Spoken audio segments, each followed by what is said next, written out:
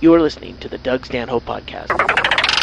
Hey, this is Doug Stanhope. This podcast we did up in Alaska at Chilkoot Charlies in Anchorage, or not at Chilkoot's, we're at Matt Becker's house in his backyard on the short bus with most of the Chilkoot Charlies clan, some of my best friends in the world. It's not all going to fit into one, but here's the first part of the Doug Stanhope Podcast from Alaska. That would be the way to kickstart this whole podcast, is to get you complaining about the innards of working at Chilkoot Charlies. Just go, oh, how much did so-and-so ask for an event? Ah, that's bullshit. Last time they drew there, and then but they worked down the street before that, and I know they worked for less than that, and that's why that guy is a bad.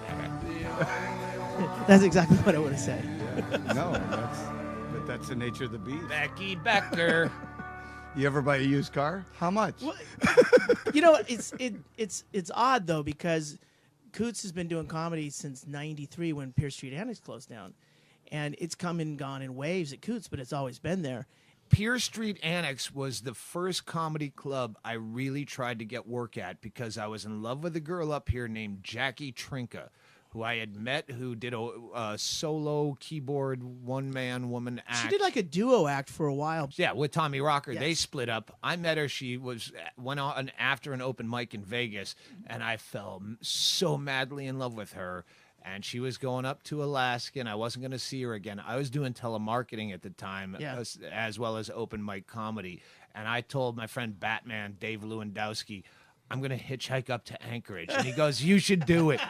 Like, he was so, like, in love with the fact that I was that in love that I was going to hitchhike to Alaska.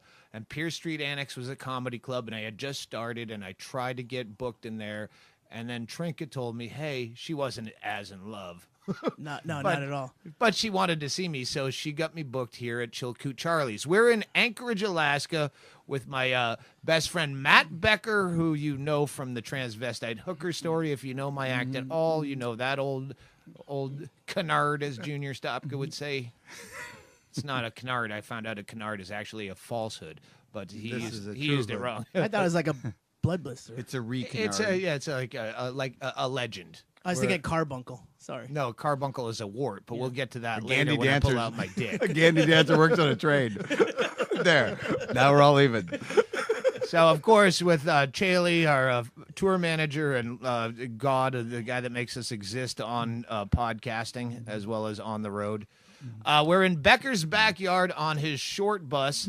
If you've ever seen the movie Into the Wild, imagine a shorter version of that bus he put in his backyard here in Anchorage, Alaska. Along with all of his other gadgets he has in his backyard. He would only live 6 months on this bus. He'd have been dead before almost winter. a year in the full version. Actually, this bus just got rolled into the backyard recently. If you don't have a picture of the backyard, don't describe the painstaking amount of fence you had to take down to get it in here. There'll be a picture. We'll post it. But Becker's always been a gadget guy. You can, if you just look around where we are right now in the big backyard, you can see legendary Becker was known for the gas-powered blender. Where you pull start it like a lawnmower. Yeah. Environmentalists were not happy. But they still bought them. But they still got them. Yeah, the coal burning mower was a big hit, but coal burning mower is right over there. And you had a big, I don't know, it was 4th of July, big summer party where you had the margaritas made in a cement mixer. Yep. Had a giant cement mixer that's just constantly mixing margaritas. And it made great margaritas. Still here, too. That was unbelievable. Well, that's really because you're a bartender as well, so you know how to make and a hoarder.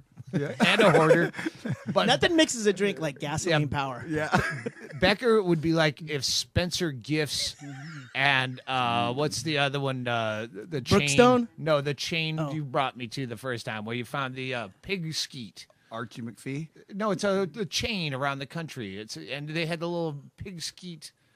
Come on. Archie McPhee's the one in Washington. Not Abercrombie and Fitch, but Urban Outfitters. Urban Outfitters. Yeah. Anyway, yeah, if you went through Becker's house as a hoarder, you would just find more and more cool shit. Like, this is cooler shit. There's no mummified cats. It's all like really cool shit. It's important things. It's the unique, one of a kind thing. What'd you say the other night? It's hoarders in real time.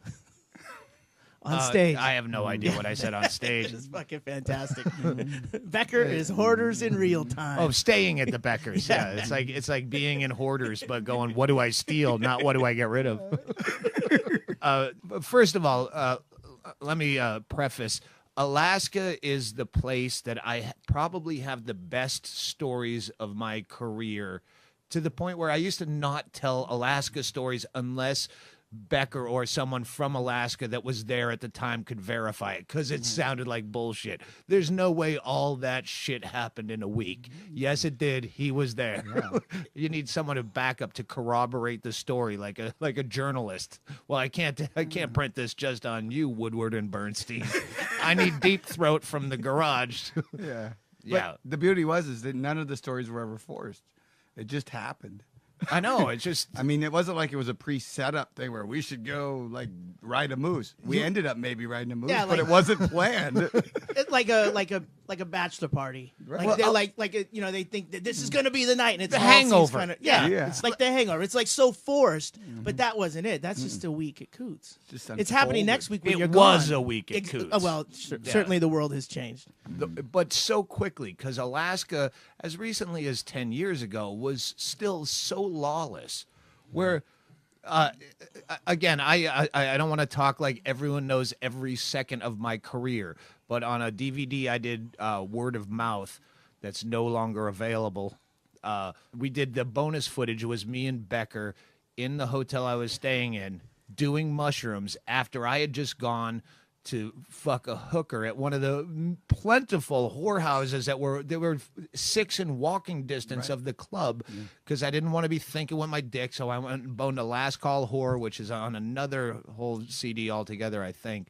And then me coming back, now I'm going to we're both full on tripping, can't talk, laughing so hard. And I put 20 minutes of that out. Almost all unintelligible, but put it out as a drug PSA. Warning, this is what mushrooms could do to you. Make you laugh so fucking hard about nothing and the most silly childlike hilarity. Warning.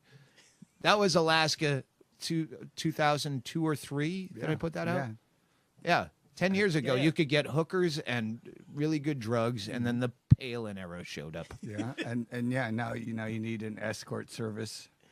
And you won't let you check into a hotel if you have a local ID. You can't get a hotel room in a lot of the places.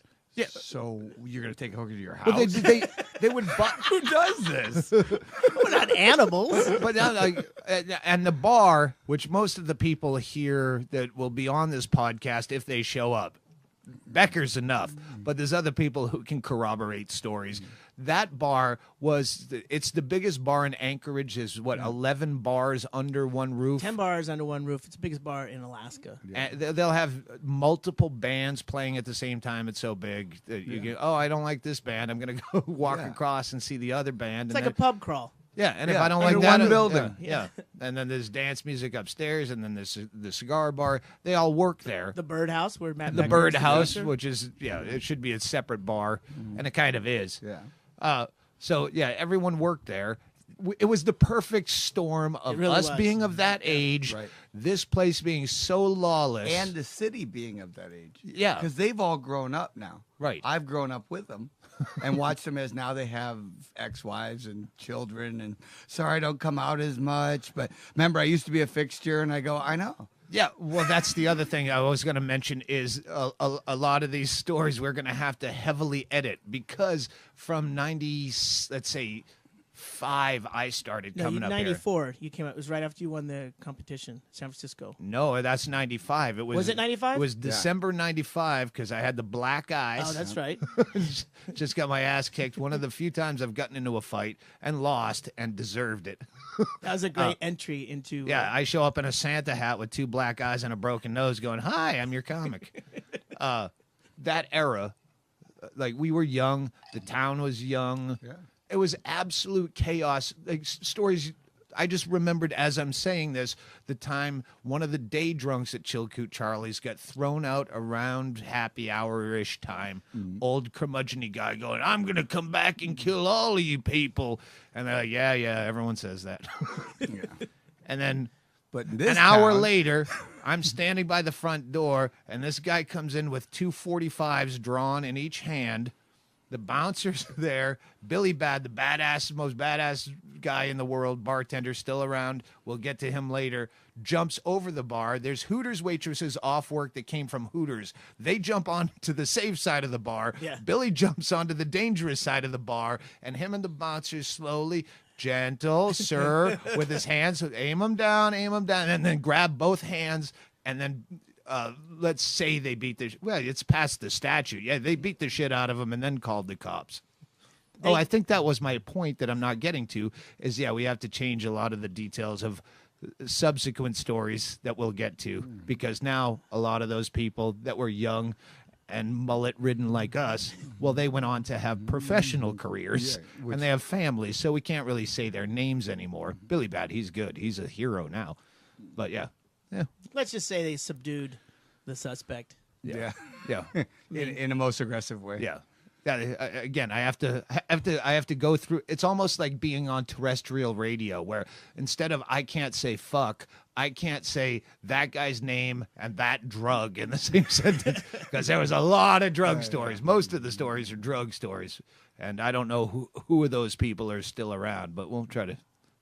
It is interesting that you said Perfect Storm, because I felt it was the same time, because around that time I was playing in a cover band, and that's when Coots was bringing up 2 bands from out of state to play Tuesday through Saturday. Then we brought in the comics. We were doing 2 comics.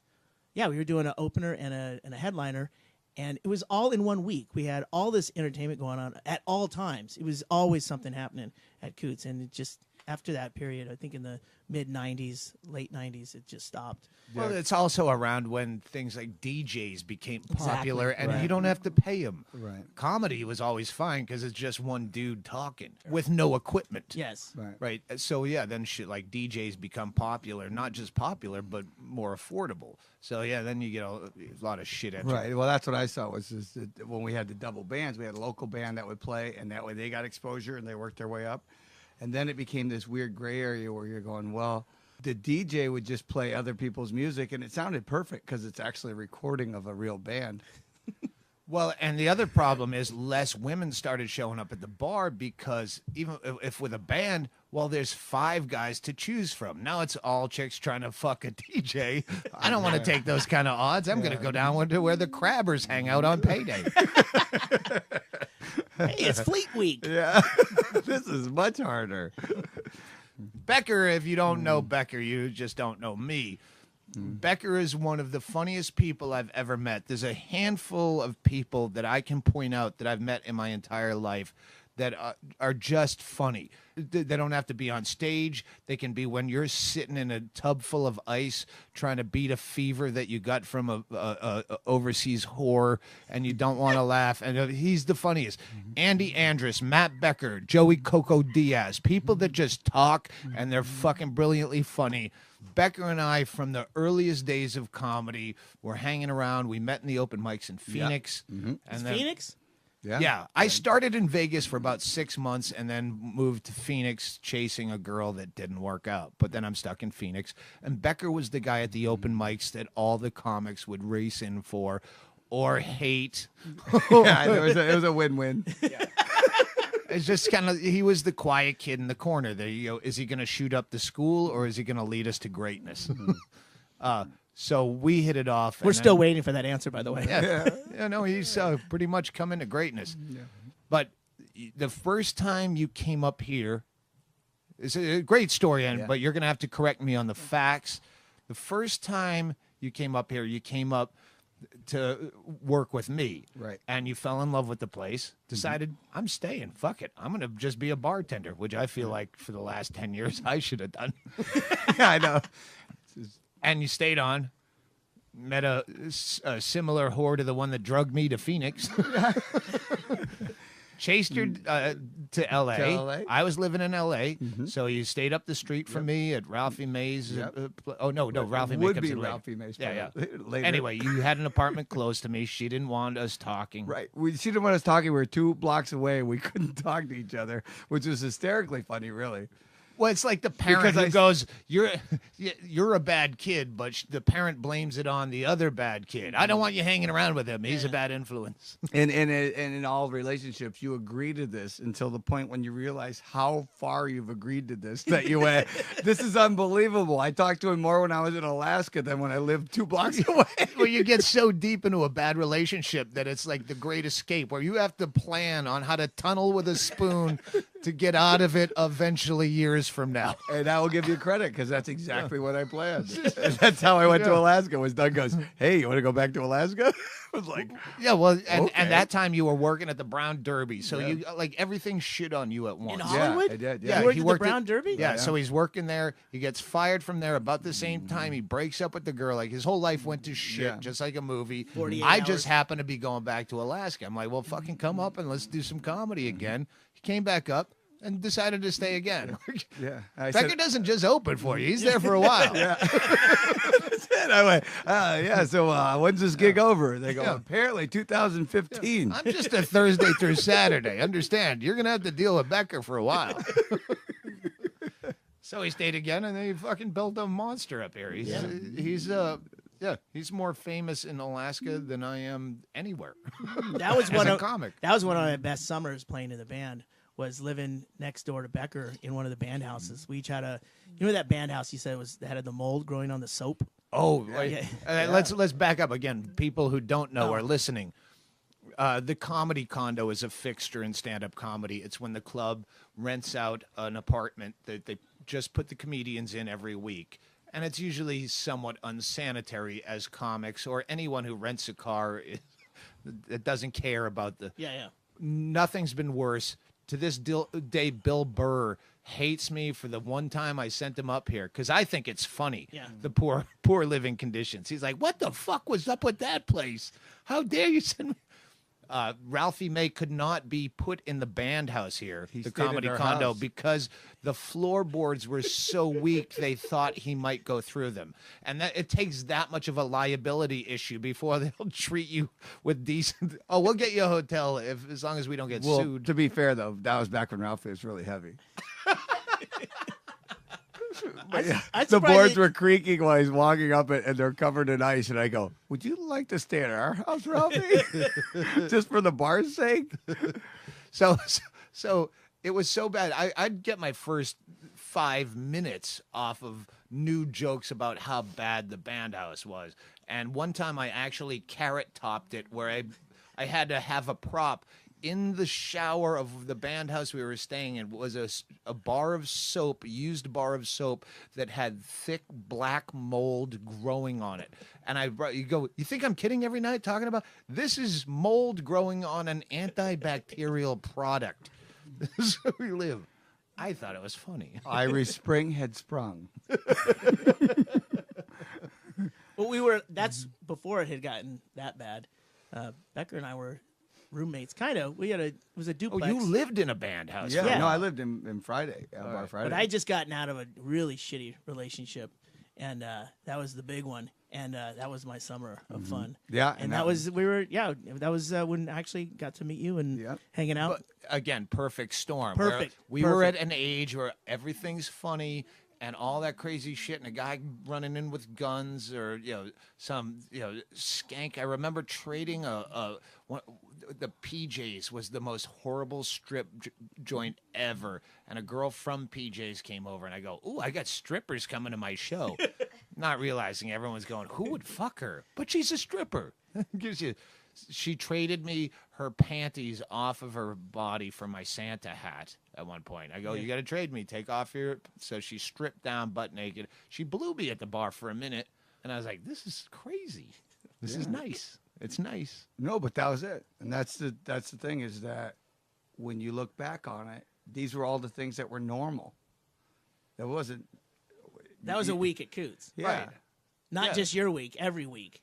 Right. Yeah. It was just absolutely phenomenal. So we'd come up for years. And it was one of, Becker, you remember this because I use this as an analogy quite often, is I was always such a sucker for if I got laid at a bar, I gave the bar credit. And there was the place when we lived in Phoenix, there was a karaoke place.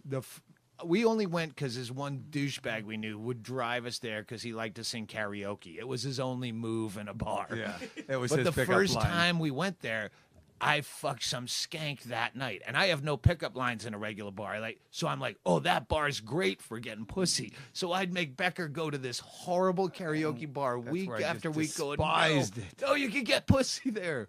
It wasn't just a confluence of, no, it was the bar. Let's keep going back. Yeah. Nobody could sing, and it was just unbelievable. And I was like, somebody better be getting laid out of this because this is horrendous. But Coots was like that. Coots lived up for many a year, and now you're going, I'm coming up to Alaska, but can we not go to the bar that you guys all love? And because there's people our age. They have their own shit going on. It's still a destination. No. It's still, Oh, yeah, I'll drink there Monday through Thursday until a certain hour. But there's no way. The Friday and Saturday nights we used to enjoy, they look at you like, who's that old man looking at me creepy? Well, yeah, the bar stays 21, like you've always said. It's still, I still work there. Yeah, I do. I do too. We have and a lot of actually- great entertainment. Yeah, and it's actually Please come down and see Matt Becker Yeah, at the Birdhouse. Still a lot of fun. As and we speak of if Chilkoot- Doug can't make it, we understand. What's but going on here? This is a fucking smear campaign all of a sudden. God damn it. In the middle, hang on, in the middle of us saying that Coots' day is over, the owner of Coots, the man who made this all happen, Mr. Doran Powell. Clap, clap, clap, clap, clap, clap. I'm the minority partner. Oh, yeah. General manager. And Oh, good, because Yeah, yeah. we're mostly black now. Yeah, but the reason we're all here, the good days of Coots, which we'll get back to, because the Coots should be a documentary. It shouldn't be a podcast. Coots is a full-on documentary. As a fan, I can watch documentaries for days on end. They'd shut us down in 2 weeks.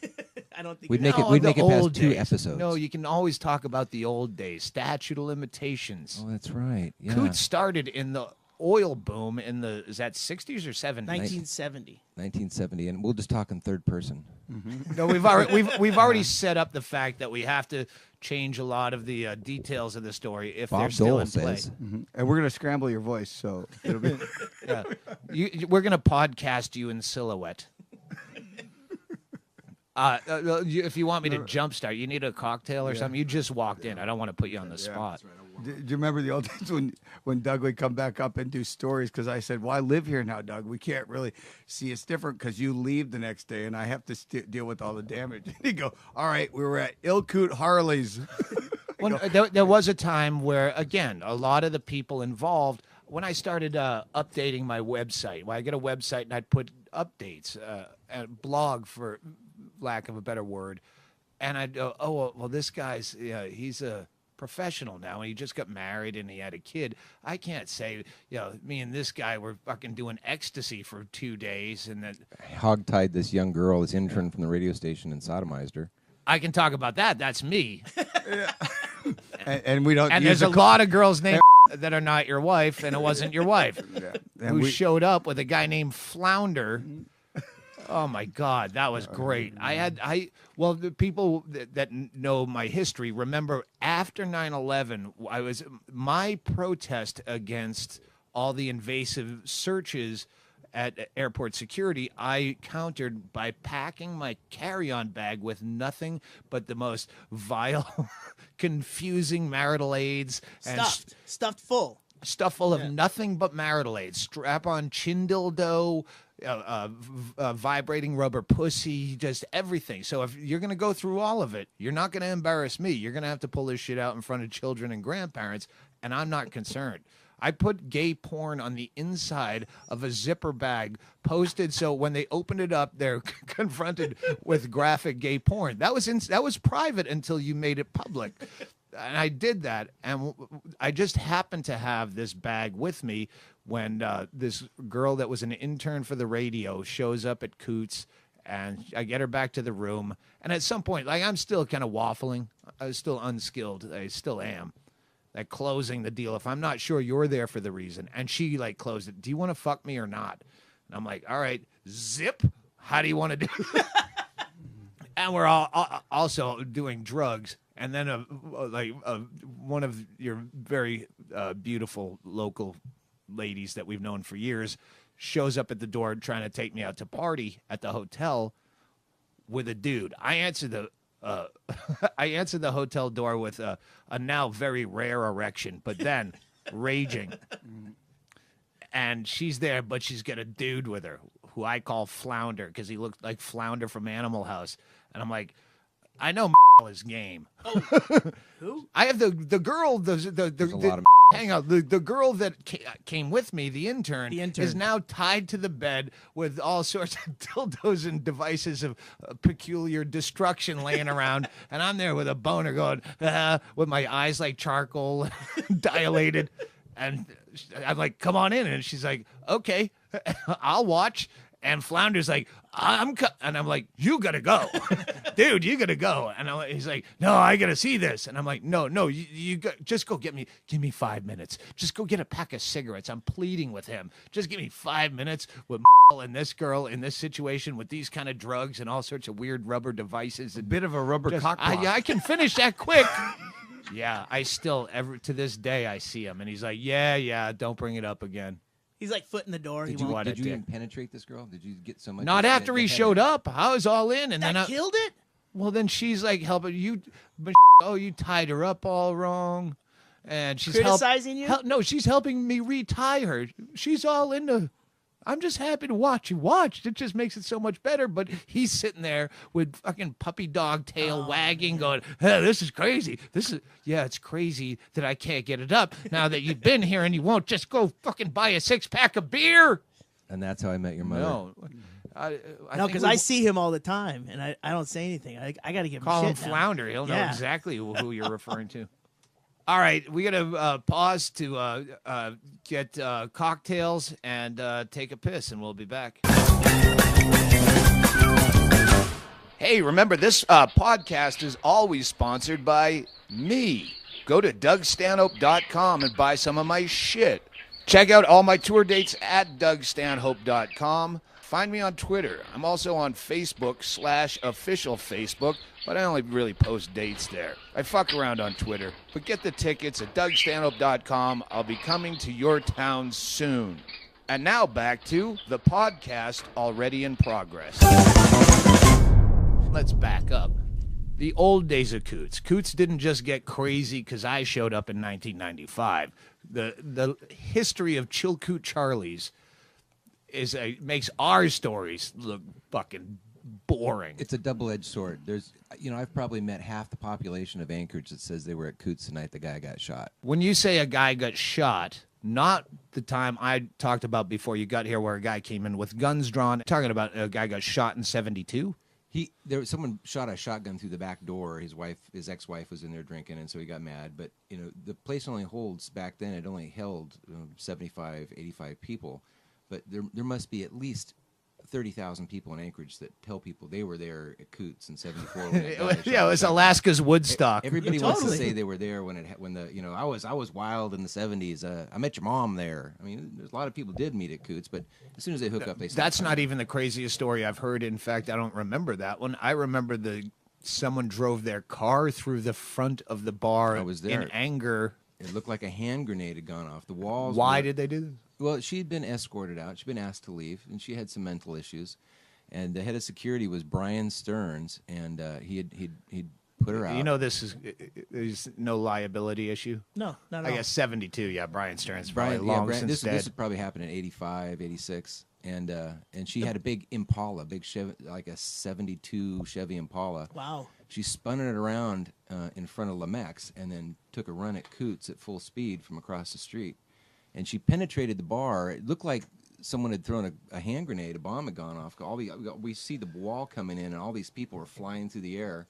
And dust, there was a tremendous amount of dust that had settled in the wall. So you really couldn't see. It was like smoke almost after this bomb had gone off. And then you see the front end of a car just come to the building. And miraculously, it basically picked people up and threw them across the air. We dusted everybody off, and everybody was like, I'm fine. Well, that's because everyone danced in those days. There was no wallflower. Hey, wallflower, want a boogie? You do now. She gets arrested for attempted murder for the half dozen people that she knocked to the ground. And she was out on bail 2 weeks later. She's in Carr's grocery store, and Stearns sees her. And she's standing there in line to get her groceries, and he walks up with his grocery cart, and he rear ends her with his grocery cart, and he goes, boink. And she turns around, and she goes, oh, and he goes, hey, remember me? Brian Stearns was one of the most unshakably secure guys I'd ever known. The guy had no fear. We had a long story with a guy with a gun at the front door one time. Stearns faces, he's not armed. He doesn't even, all he's got is handcuffs. And he stopped this guy from coming in a bar. The guy was upset. It was another girl story.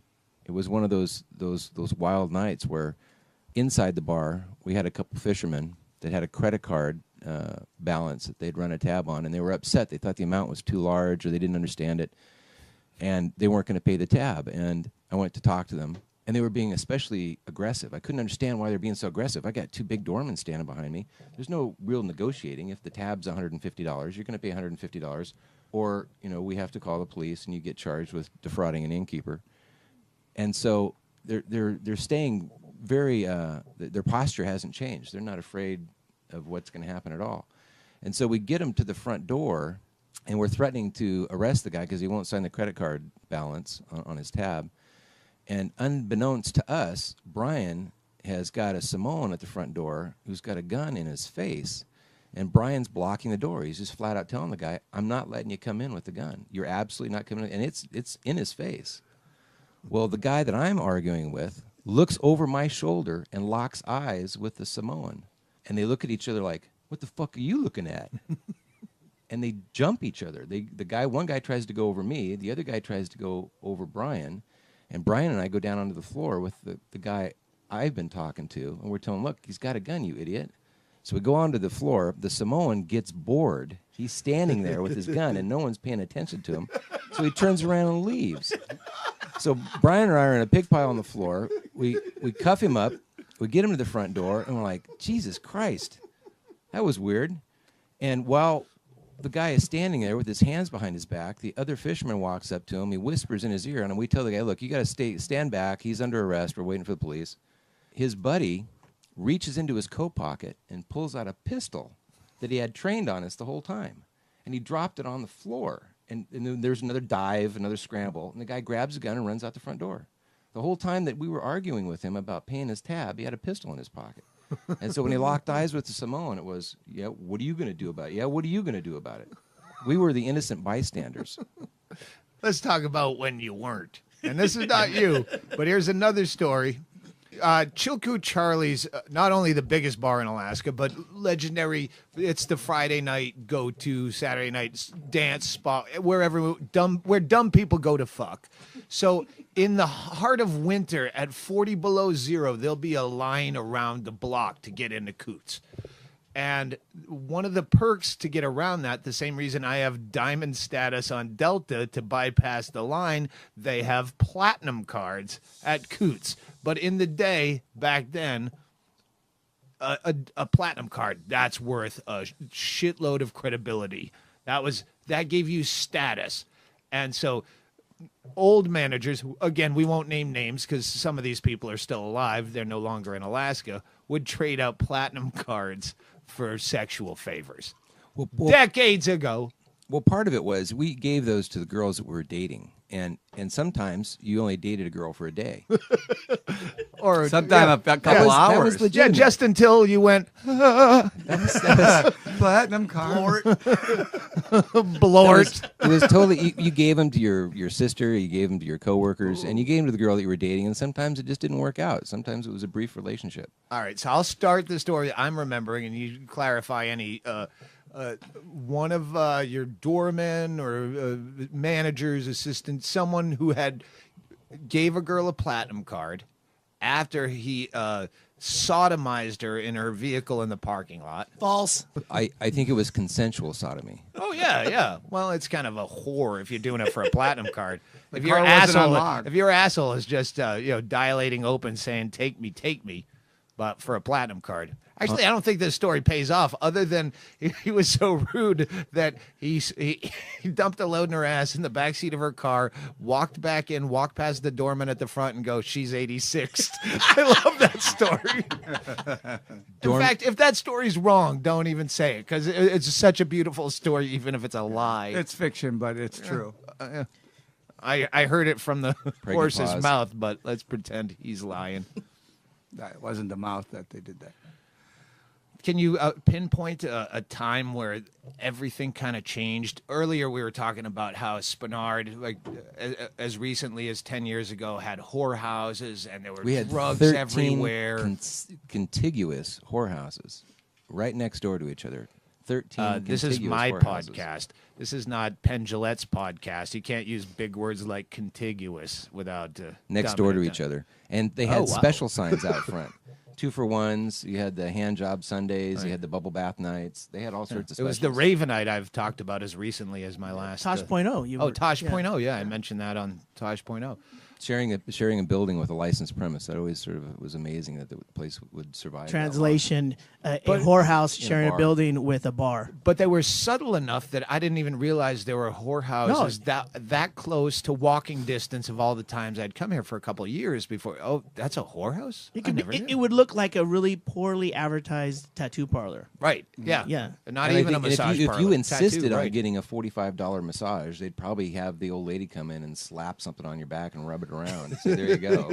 Have a nice night." Drugs were prevalent and pure and good, and it just seemed like overnight to me where all of that went away. Can you pinpoint? Well, we had a crash. The economy crashed in '84. We had 11 banks. When the crash was done, we had 3. The federal government owned 20% of the housing in Anchorage. And a lot of the big money, the quick money that the drugs and the prostitutes were drawn to disappeared. It evaporated. And so all those people left town. And not all of them. I mean, the hardcore cases stuck around. We still have an issue. But I think we were better served as a society to have the prostitutes in the massage parlor where we didn't have to see it, versus dealing with the drug-addicted prostitute in the corner. You have to explain to your kids that are out there working the streets. It seemed to be that it was It was better the best managed. of a worst case scenario. 84. I'm talking. It was the Ravenite when I still probably have the stink on my dick from that girl I couldn't scrub out, and that was probably 2002 or 3. It was one of the last holdouts. My dad used to say that there's no organized crime in Anchorage. It's completely disorganized. And that there's no way the mafia could come to town and try and organize things, because it was just full of too many bit players that were just. I know. I've tried to I've seen you spin plates trying to keep a staff together, much less criminals. Your They can't dad- even steal from you appropriately, except for Becker. I'm sorry. I don't want to. Present Sully company Becker's good excluded. name. Best idea of the year: put the sleight of hand artist in a till. Yeah, and still make you more money than your other bars. So shut up, shut up, and be confused by the tricks, stupid. This is called the prestige. Didn't your dad have a some kind of exemption to where he could have gambling Well, downtown? your dad started the bar. Let's back yeah, up. yeah. Your dad started the bar. The and how did titty it bar start? business in Alaska. He actually went to jail for it. He went topless and then he went bottomless, and the police raided the bar and he went to jail, and he fought it on constitutional grounds.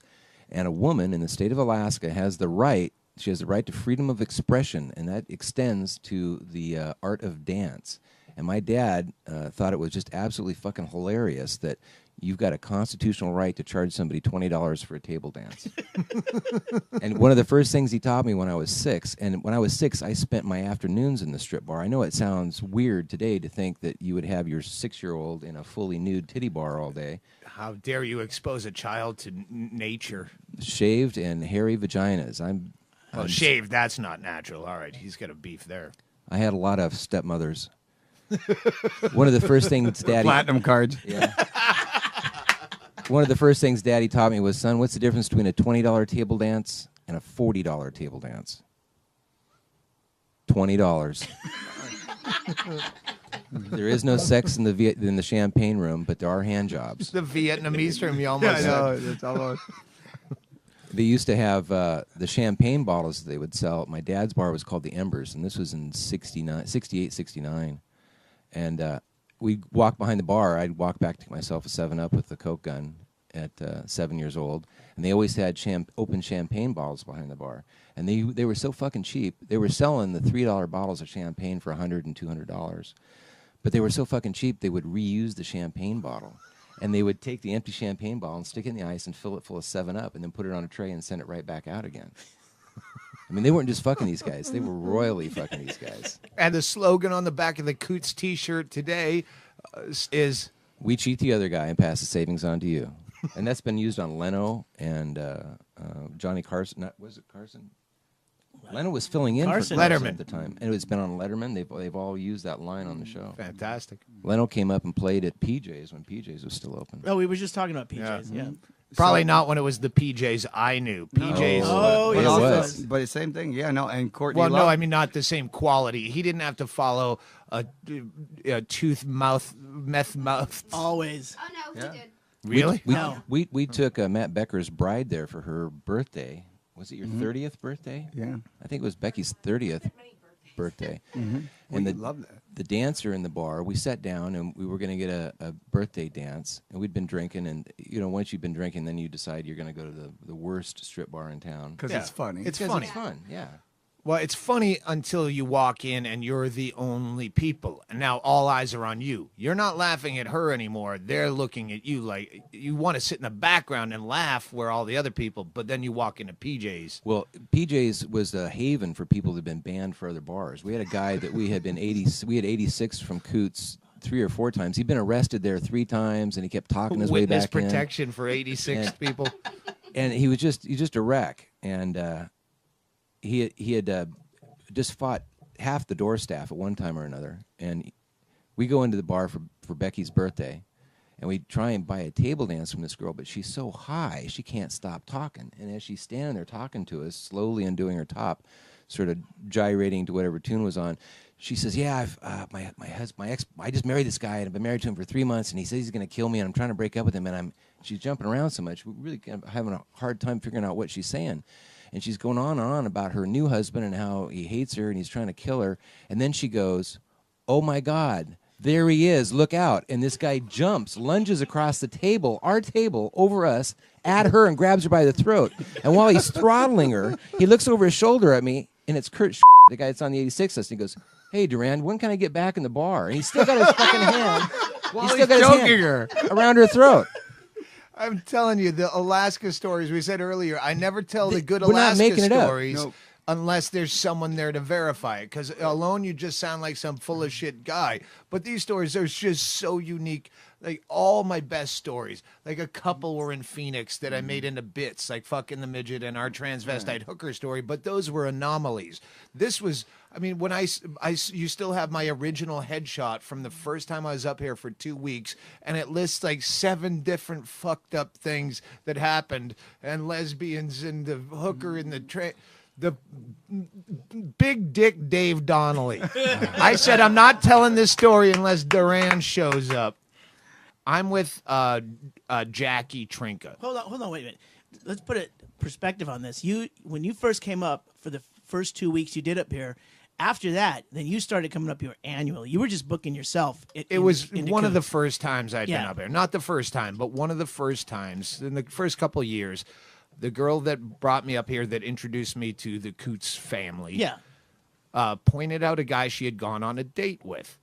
And it was a state senator, Dave Donnelly. And he was with this woman who was vaguely tranny-like, tall, big-featured. He was dancing with her. So when Jackie's just telling me the story, I dated that guy, and I didn't want to go any further, and it keeps calling me. And so after I see that tranny-like person alone, I went up to her. I go, "So you know the senator there?" And she's just immediately bursts into full confession. "Yeah, I fucked him, and he has a huge dick, and he knows how to use it, but now he won't stop calling me." So the not won't stop calling me is the theme between the two people who know him. So we end up that week doing a Toys for Tots marathon from an RV in the Sears parking lot with K-Whale, the local radio station. And within hours, we're drunk as shit. We're supposed supposed to be on this RV for 48 hours, and within hours we're drunk as shit. So it gets into the afternoon. You've drunk yourself sober and drunk again, and we're still doing this. And I tell the story about the state senator, and evidently he has a big dick and he knows how to use it, but he won't stop calling people. So DJ Bob calls. He knows the number to Dave Donnelly's office and gets past the secretary because he knows her enough, and we get him on the phone, and I don't know exactly how the call went. Was it hey, here you have a big yardstick, or whatever radio speak you have to use to say penis. But you guys are broadcasting live on the air. We're live on the air RV. And it's for the kids, for Christ's sakes. It's Toys for Tots. Toy drive. Heard you have a big dipstick there, Dave. But why do you keep calling those girls back? Or something. Anyway, he goes irate. He finds out where the calls are coming from, calls Doran. He calls and wakes me up and meets me at the bar. The guy is livid. He's a state senator. I can't threatening to sue. I can't fucking ignore him, right? I mean, he's actually a personal friend of mine. I've supported him politically for years. And he's livid. He came down there looking for you. Well, you're a card-carrying member of the big dick party. So, and he's threatening to sue Coots for slander. And I'm like, wait a minute, let's get this straight. You're not going to sue anybody for slander. You're not going to stand in front of a judge and a jury and say, Your Honor, I do not have a big dick. You have no case, sir. So then he's coming into the bar, so I'm hiding from the bar because I don't want a confrontation. He's never met you before. He walked right past you at the entryway. No, he has no idea who I am, but he did end up. You made good, I believe. I think you were the Boutros. I think I told him I fired you for your offense. No, he showed up at the last show of that stretch. I don't know if it was a week or 2 weeks. And I was just trying to make fun, and it's nothing personal, and we made up, and he was with whatever woman he was with at that time. Did you get to see the dick? No, the payoff is that night he invited us to a swingers party, and we showed up, and it was the most dead function of like 4 people sitting on a couch staring at each other like, when's the people we want to fuck show up? And so we skated out of there, but we did make nice. But it's weird because he had called a bunch of people, but they never called him back.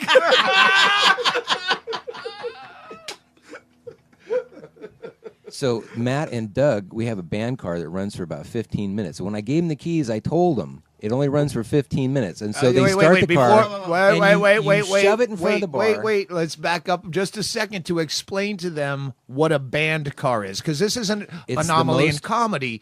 No one gives you a car. Up here, because they fly out everyone up, Doran will buy a piece of shit car. These are low cost, affordable vehicles. Yes. You bought one for $75, but you Jewed him down. I can say you can't. I saw the car. I looked at it and I said, $75, huh? Will you go 65? And he looked at me like. For a car that runs. Really $10? I go, I'm just saying, I think it looks like it's worth 65. Yeah, because I don't think it has over a quarter tank of gas in it. So, the car would run for 15 minutes before it overheated, and it was just to go to the store for smokes. So they would provide you with this luxury of a band car, which I was always too terrified to drive in good weather, and I'm only up here in winter. Yeah. So I had one that I'd sheepishly drive to the corner and back. But we go, well, we can trash this car. So, and what's it going to charge me, $65? Doug and Matt pull the car in front of Coots and jerk the ignition wires out of it and take a spray can and write, "Re-elect Big Dick Dave Donnelly." I still have pictures of that. We defaced it completely. And unfortunately, because there were no wires on it, we couldn't start it or move it. It was there for about a week before the senator called back and complained again. And you didn't buy it for the paint job, so you can't really go, you ruined my band car. It would have been a yard sign, but we couldn't get it to a yard.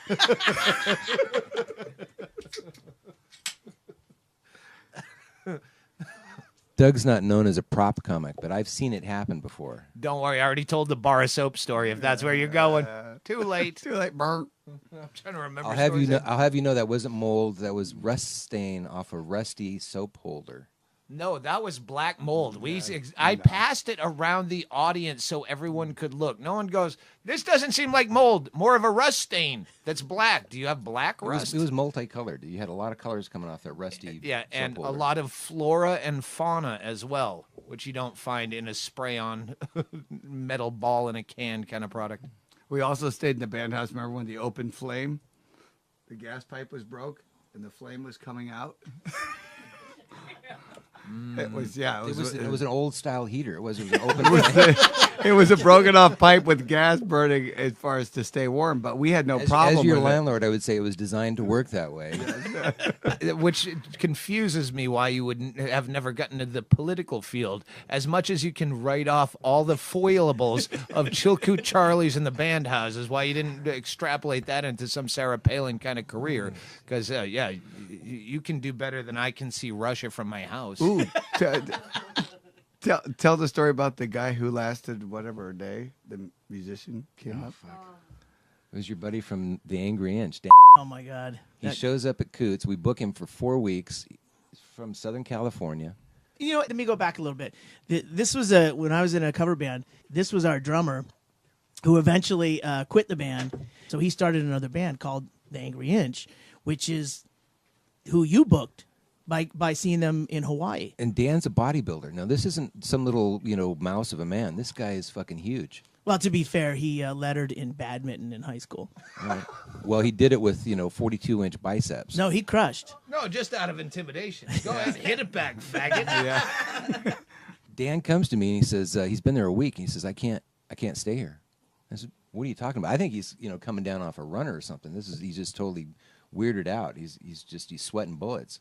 And he looked out his door one night and he heard some scraping noise. And he looked out the door and somebody from the neighborhood there was slowly unscrewing the light bulb from the porch because they needed a light bulb. His was on. Obviously, it worked. And they were helping themselves to the light bulb. Well, now, beside the bar, you have the band houses. There were 3 There's that some I know cabins of, maybe over there that 4. were due to be torn down that we've managed to keep habitable. Yeah. Historically. But just up the road from that was a facility for mentally They were being challenged. transitioned back into society. Yeah, halfway house Yeah, where yeah. you're not quite crazy enough to get These- the rubber room. these we'll people let walk you loose around- on society. They walk around with their pants down, urinating throughout the neighborhood, speaking gibberish, looking for a hot cup of coffee. I think that's Becker coined them as stumble bums, and I still use that expression to this day. That was it. To tell you Ivory, they'd be like, Ivory. And he go, that's your tooth. And he goes, no, so it's Ivory. I go, no, you broke your tooth out. So so If Dan, Navajo had blue teeth, they'd be selling it like turquoise the same way. damn you guys. later in the week, Dan is in his cabana there at Coots, and somebody was on the run from the law, and it was either because he had the only light bulb in the cul-de-sac there, or he didn't have the light bulb. He didn't lock his door, and this guy literally was running a fugitive from the law, running down the street, and jumps into Laura's cabana and slams the door and says, "Shh, they're right behind me." And he ducks down, and Laura was like, "Oh my God, this is a real deal." And the guys look at him. He didn't have a gun or anything in his hand, but it's still intimidating enough to have someone jump into your apartment, As a former badminton champion. heavy of breath, and you can hear the sirens outside, and the police dogs, literally cops and dogs, are outside banging on the door. "Come out with your hands up!"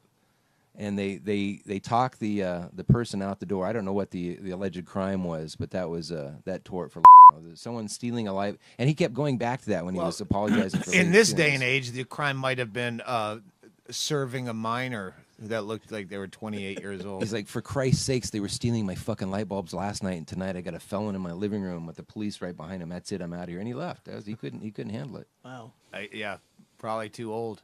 Because back in the day, that was funny. Right Yeah. now, I'm tempted to leave. A dog barks at me. I'm like, I've had enough. I can't stand for Yeah, this. my nervous system is stripped so badly from a nitrous tank. What? I ain't pointing no fingers. What's on the bus stays on the bus. Oh, wait, now it looks like there's a nitrous tank on the bus. No, that was 3 days ago. All right, that was a good place to break that at part 1 of the Alaska Doug Stanhope podcast. And stay tuned for part 2 coming to your iPod soon. Play the Mattoid. Hike up to Anchorage, and he goes, "You should do it." Like he was so like in love with the fact that I was that in love that I was going to hitchhike to Alaska. And Pierce Street Annex was a comedy club, and I had just started, and I tried to get booked in there. And then Trinket told me, "Hey, she wasn't as in love." Not at all. But she wanted to see me, so she got me booked here at Chilkoot Charlies. We're in Anchorage, Alaska, with my best friend Matt Becker, who you know from the transvestite hooker story. If you know my act at all, you know that old canard, as Junior Stopka would say. It's not a canard. I found out a canard is actually a falsehood, but he used it wrong. I thought it was like a blood blister. It's a re-canard. It's like a legend. I was thinking carbuncle. Sorry. No, carbuncle is a wart, but we'll get to that Gandy later when I pull dancers. out my dick. A Gandy dancer works on a train. There. Now we're all even. So, of course, with Chaille, our tour manager and God, the guy that makes us exist on podcasting as well as on the road. We're in Beckers' backyard on his short bus. If you've ever seen the movie Into the Wild, imagine a shorter version of that bus he put in his backyard here in Anchorage, Alaska, along with all of his other gadgets he has in his backyard. He would only live 6 months on this bus. He'd have been dead lasted before almost a winter. year in the full version.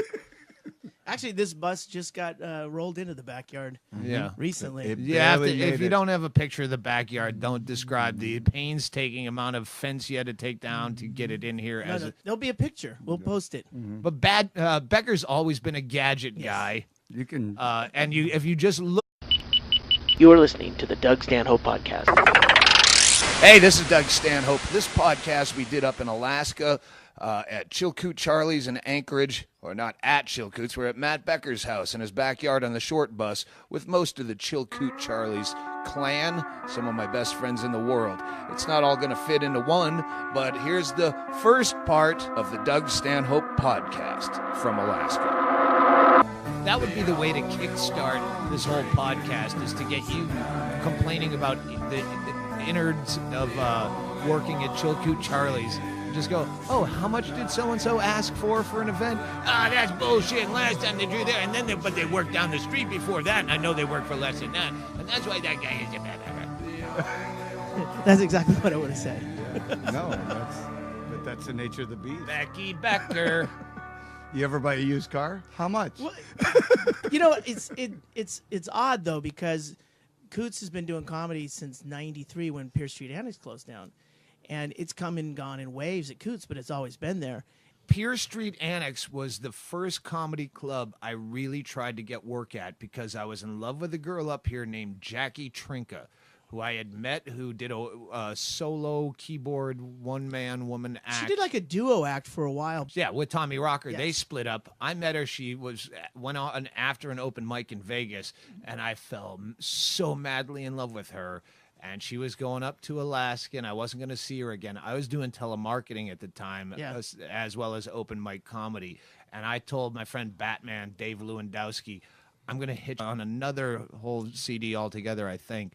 And then me coming back, now I'm going to we're both full on tripping, can't talk, laughing so hard. And I put 20 minutes of that out. Almost all unintelligible, but put it out as a drug PSA. Warning, this is what mushrooms could do to you. Make you laugh so fucking hard about nothing and the most silly childlike hilarity. Warning. That was Alaska 2002 or 3. Did I put that out? Yeah. 10 years ago, you could get hookers and really good drugs, and then the Palin era showed up. Yeah, and yeah, now you need an escort service, and you won't let you check into a hotel if you have a local ID. You can't get a hotel room in a lot of the places. Yeah. So you're gonna take a hooker to your house. Well, they would Who does this? We're not animals. But now, and the bar, which most of the people here that will be on this podcast, if they show up, Becker's enough, but there's other people who can corroborate stories.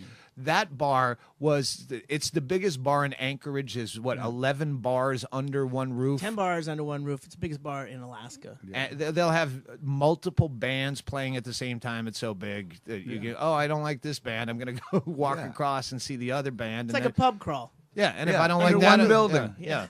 And then there's dance music upstairs, and then there's the cigar bar. They all work there. The Birdhouse, where Matt The Becker is Birdhouse, producer. which is it should be a separate bar, and it kind of is. Yeah. So everyone worked there. It was the perfect storm of really us. First of all, let me preface. Alaska is the place that I probably have the best stories of my career, to the point where I used to not tell Alaska stories unless Becker or someone from Alaska that was there at the time could verify it, because it sounded like bullshit. There's no way all that shit happened in a week. Yes, it did. He was there. Yeah. You need someone to back up to corroborate the story, like a journalist. Well, I can't print this just on you, Woodward and Bernstein. I need Deep Throat from the garage. Yeah. Yeah. But the beauty is that none of the stories were ever forced. It just happened. I know. It's just. I mean, it wasn't like it was a pre-set-up thing where we should go like ride a moose. We ended up maybe riding a moose, Yeah, but like- it wasn't planned. It's like a bachelor party. Right. Like Well, they think that this is going to be the night, and it's The all seems Hangover. Kinda, Yeah. it's like the Hangover. It's like so forced, but that wasn't it. That's just a week at Coots. Just It's happening unfolded. next week when It you're was gone. a week at Coots. Well, certainly the world has changed. But so quickly, because Alaska, as recently as 10 years ago, was still so lawless. Where, again, I don't want to talk like everyone knows every second of my career, but on a DVD I did Word of Mouth that's no longer available. We did the bonus footage. It was me and Becker in the hotel I was staying in doing mushrooms after I had just gone to fuck a hooker at one of the plentiful whorehouses that were 6 in walking distance of the club, because I didn't want to be thinking with my dick, so I went and boned a last call whore, which is look around where we are right now in the big backyard. You can see legendary Becker was known for the gas-powered blender. Gas-powered blender. Where you pull start it like a lawnmower. Yeah. Environmentalists were not happy, But they still bought them. but they still got them. Yeah, there's The coal burning mower was a big hit, but coal burning mower is right over there. And you had a big, I don't know, it was 4th of July, big summer party where you had the margaritas made in a cement mixer. Yep. You had a giant cement mixer that's just constantly mixing and it made margaritas. great margaritas. Still here, That too. was unbelievable. Well, that's really because you're a bartender as well, so you know how to make And a margaritas. hoarder. Yeah. And a hoarder. But Nothing mixes a drink like gasoline power. Yeah. Becker would be like if Spencer Gifts and what's the other one? The chain. Brookstone? No, the chain Oh. you brought me to the first time where you found the pig skeet. Archie McPhee. No, it's a chain around the country. And they had the little pig skeet.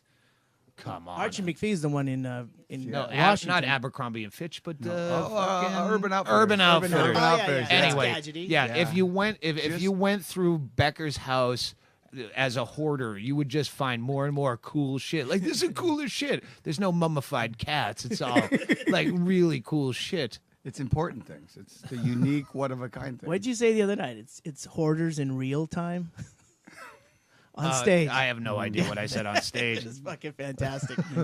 Becker is hoarders in real time. Oh, staying at the Beckers. Yeah, it's like being in hoarders, but going, what do I steal? Not what do I get rid of?